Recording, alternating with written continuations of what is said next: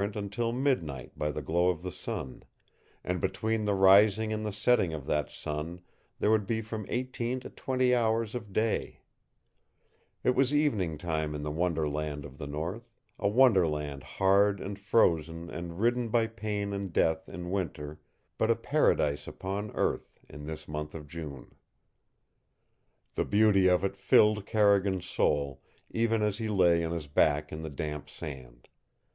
Far south of him steam and steel were coming, and the world would soon know that it was easy to grow wheat in the Arctic Circle, that cucumbers grew to half the size of a man's arm, that flowers smothered the land, and berries turned it scarlet and black.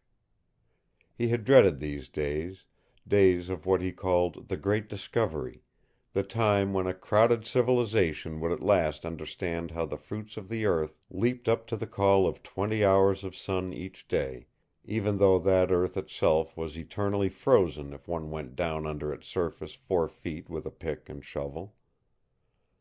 Tonight the gloom came earlier because of the clouds in the west. It was very still.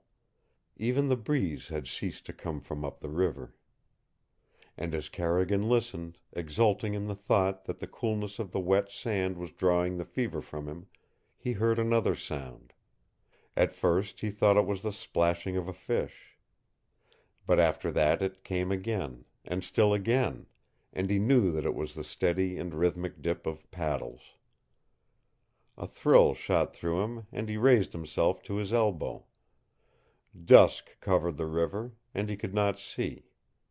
But he heard low voices as the paddles dipped. And after a little he knew that one of these voices was the voice of a woman. His heart gave a big jump. "She is coming back," he whispered to himself. "She is coming back." End of chapter 3. Recording by Roger Moline.